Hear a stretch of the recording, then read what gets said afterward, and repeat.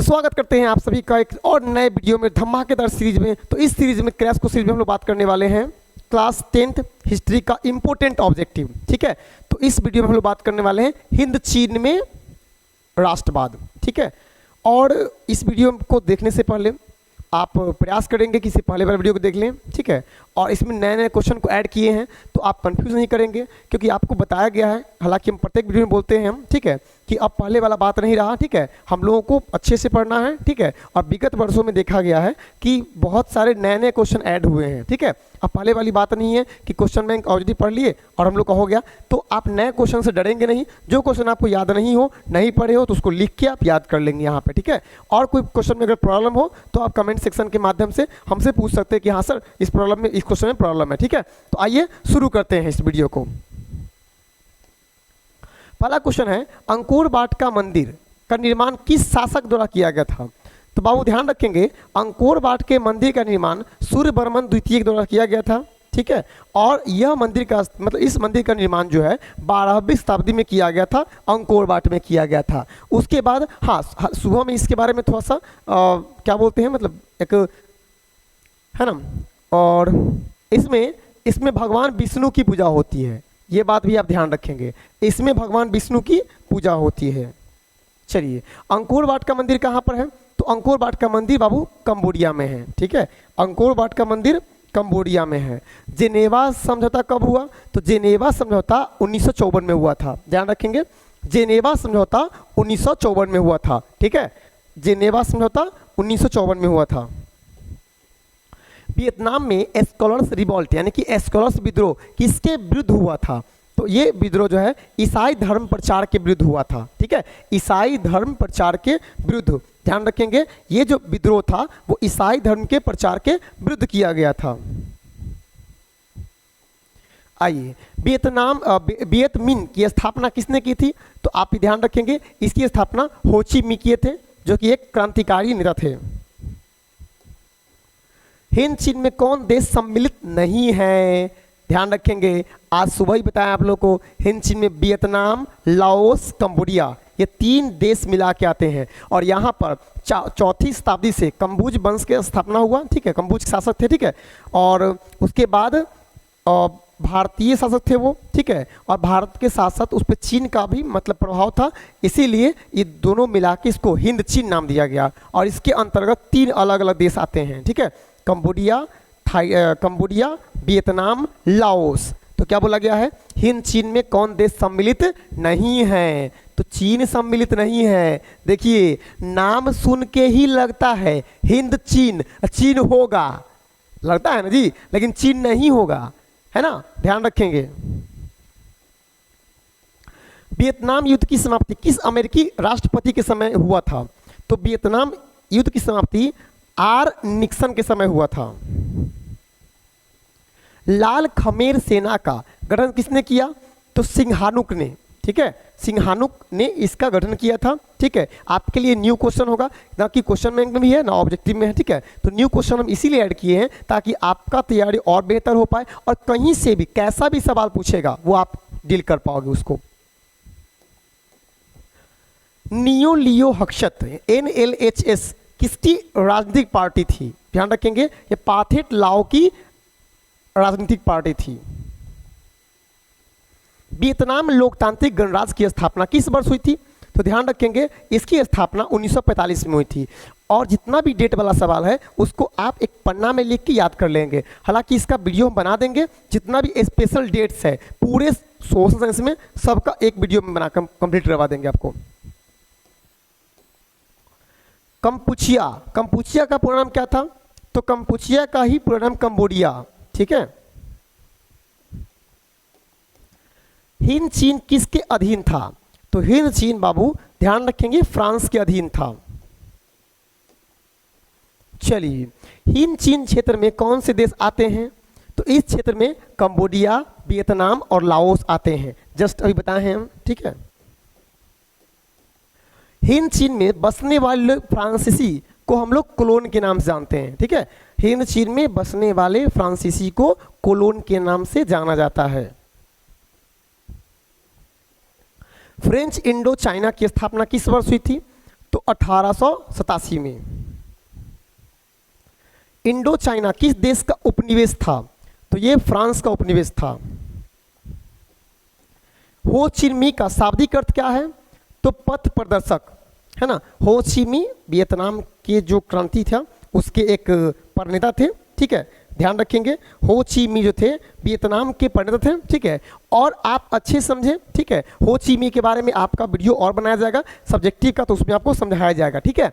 उसके बाद आप अच्छे से उनके बारे में जानेंगे। इंपॉर्टेंट सवाल है, कभी कभी पूछता है कि हो ची मिन्ह के बारे में आप समझाएं, ठीक है, तो आप उसके बाद देख के अच्छे से बता सकते हैं, ठीक है।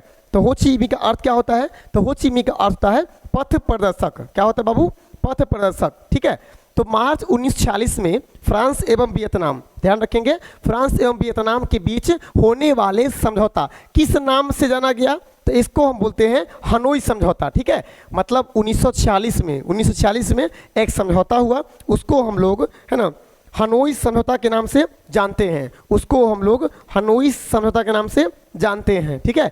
माइली गांव की घटना कहाँ हुई थी? तो ये घटना दक्षिण वियतनाम में हुआ था, ठीक है। माइली गांव घटना जो था वो किस गांव में हुआ था बाबू? तो ये मतलब ये कहाँ हुआ था? तो वियतनाम में। एक सवाल यहाँ से आ सकता है माइली गांव से संबंधित, तो आप बता देना हाँ ये वियतनाम में होने वाली एक घटना थी जो माइली गांव में हुआ था। अब मन में एक सवाल आपके उठा होगा कि सर ये माइली गांव कहाँ पे है? तो ये माइली गांव वियतनाम में है, ठीक है, ध्यान रखेंगे। चलिए, हाँ, और यहाँ पे घटना जो था आपके मन में सवाल उठा होगा कि सर घटना क्या था? तो घटना ये था कि उस समय अमेरिका के राष्ट्रपति निक्सन थे, ठीक है। और वहाँ पे दक्षिणी वियतनाम में एक गांव था जहाँ के लोगों को वियतकांग समर्थक मान के, वियतकांग समर्थक मान के, मतलब कि भाई ये समर्थक है, ये राष्ट्रवादी, मतलब राष्ट्र, वहाँ पे तो भाई अंग्रेजों से खिलाफ लड़ रहे थे कि हमको आज़ादी चाहिए, ठीक है, अमेरिकन के खिलाफ। तो राष्ट्रवादी ये वियतकांग समझ के सेना ने पूरे गाँव घेर लिया और घेर कर पुरुषों को मार डाला और औरतों और बच्चों को बंधक बनाकर कई दिनों तक सामूहिक बलात्कार किया गया। फिर उन्हें मारकर पूरे गांव में आग लगा दिया गया। लाशों के बीच दबा एक बूढ़ा जिंदा बच गया जिसने इस घटना को उजागर किया। बहुत ही मतलब निंदनीय और रूह कपाने वाला घटना है, ठीक है, माइली गांव की घटना। उस लाशों के बीच एक बूढ़ा बच गया था, वही बूढ़ा जो था वो बाहर निकला तो लोगों को बताया कि ऐसा ऐसा घटना हुआ था, ठीक है। वियतकांग समझ के जो माइली गांव एक वियतनाम में ही है, तो अमेरिकी सैनिक जो थे, ठीक है, उसको दक्षिणी वियतनाम में, ठीक है, वियतकांग समझ के उनको चारों तरफ से घेर लिया गाँव वाला को, पुरुषों को मार डाला और बाकी आपको बता दिए हैं, ठीक है। चलिए आगे बढ़ते हैं। The history of the loss of Vietnam किसने लिखा था? तो इसके लेखक है फान बो चाउ, ठीक है, ध्यान रखेंगे, इनके लेखक हैं फान बो चाउ, ठीक है। वियतनामी कम्युनिस्ट पार्टी के संस्थापक कौन थे? तो वियतनामी कम्युनिस्ट पार्टी के संस्थापक थे हो ची मिन्ह, ठीक है। वियतनामी कम्युनिस्ट पार्टी के संस्थापक थे हो ची मिन्ह, ठीक है। आइए, स्कॉलर्स रिवॉल्ट यानी स्कॉलर्स विद्रोह कब हुआ? तो आपको पता होना चाहिए कि स्कॉलर्स विद्रोह 1868 में हुआ। माइली गांव हत्याकांड का जिम्मेदार कौन था? तो इसका जिम्मेदार अमेरिका था, ठीक है, ध्यान रखेंगे, इसका जिम्मेदार अमेरिका था। उस समय अमेरिका के जो राष्ट्रपति थे वो निक्सन थे। अंकोर बाट में किस हिंदू देवता का पूजा होता है? तो विष्णु का, ठीक है, ध्यान रखेंगे। सुबह में हम शिव बोल दिए थे गलती से, ठीक है, तो ध्यान रखेंगे, ऑफलाइन वैसे बोल दिए थे। वियतनाम में टोंकिन फ्री स्कूल की स्थापना कब हुई थी? तो वियतनाम में टोंकिन फ्री स्कूल की स्थापना 1907 में हुआ था, ध्यान रखेंगे मेरे बाबू लोग, ठीक है। वियतनाम में टोंकिन फ्री स्कूल की स्थापना 1907 में हुआ था, ठीक है। आइए, हुआ हुआ आंदोलन के नेता कौन थे? तो इसके थे हुइन फूसो, ठीक है। हुआ हुआ आंदोलन के हुआ हाव है, ठीक है, हुआ हाव जो आंदोलन था उसके नेता थे हुइन फूसो, ठीक है। अनामी दल की स्थापना किसने की? जोन गुएनाई बोलिए, जोत गुएनाई बोलिए, अलग अलग बुक में अलग अलग लिखा रहता, ठीक है, लेकिन ऑप्शन नंबर ए सही है। पहला टेलीविजन युद्ध किसने कहा जाता है? ठीक है, ये भी नया क्वेश्चन है आपके लिए, है ना। तो वियतनामी युद्ध को पहला टेलीविजन युद्ध कहते हैं, है ना। किसकी अध्यक्षता में वियतनाम में लोकतांत्रिक गणराज्य की स्थापना की गई? तो ध्यान रखेंगे हो ची मिन्ह की अध्यक्षता में, ठीक है। हो ची मिन्ह बहुत वियतनाम के लिए किए, जैसे हम लोगों के लिए मतलब हमारे जो लीडर्स थे, जो क्रांतिकारी लीडर्स थे, ठीक है, वैसे किए, वैसे ही हो ची मिन्ह वियतनाम के लिए किए थे, ठीक है। आइए, वियतनामी राष्ट्रीयता के जनक कौन थे? तो इसका आंसर है हो ची मिन्ह। ठीक है।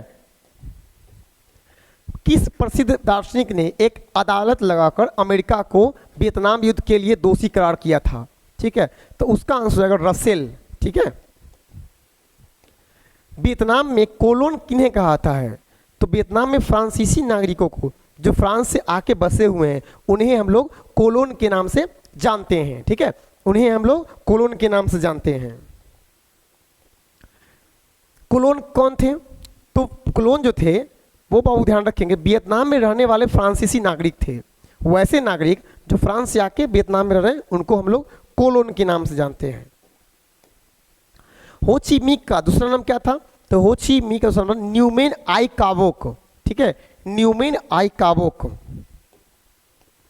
वियतनाम के स्वतंत्रता की घोषणा कब की गई थी? तो 2 सितंबर 1945 को।